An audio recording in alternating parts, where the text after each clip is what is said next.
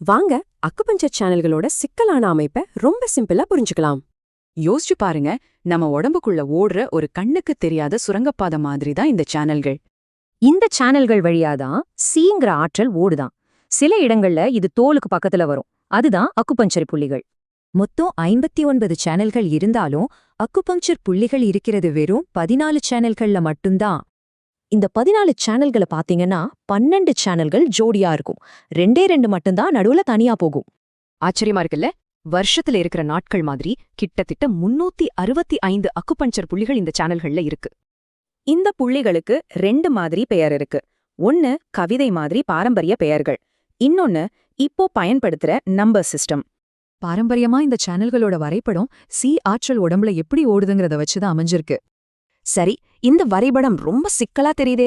இதை நாம எப்படி சுலபமா புரிஞ்சுக்கிறது? ஒரு வழி இருக்கு. பாரம்பரிய முறையை விட்டுட்டு நம்ம உடற்கூறியல் படி இதை குரூப் பண்ணி பார்த்தா எல்லாம் ரொம்ப தெளிவா புரியும். அப்படி பார்க்கும்போது இந்த சேனல்களை 2 பெரிய குரூப்பா பிரிக்கலாம். அதுதான் இதுல சுவாரஸ்யமான விஷயம். அந்த 2 குரூப் என்னன்னா மேல் மூட்டுக்குழுவும் கீழ் மூட்டுக்குழுவும் தான். சிம்பிள். இப்படி குரூப் பண்றனால ஒவ்வொரு சேனலோட தனித்தன்மையான வழியையும் குணத்தையும் நாம ஈஸியா கண்டுபிடிக்க முடியுது. உதாரணத்துக்கு சிறுநீர் பை சேனல் மட்டும் முதுகெலும்புக்கு 2 பக்கமும் போறத இந்த அமைப்பு தெளிவா காட்டுத பாத்தீங்களா? அப்ப பாருங்க, நம்ம பாக்குற விதத்தை மாத்தினா எவ்வளவு பெரிய சிக்கலான விஷயமும் எவ்வளவு சுலபமா மாறுது.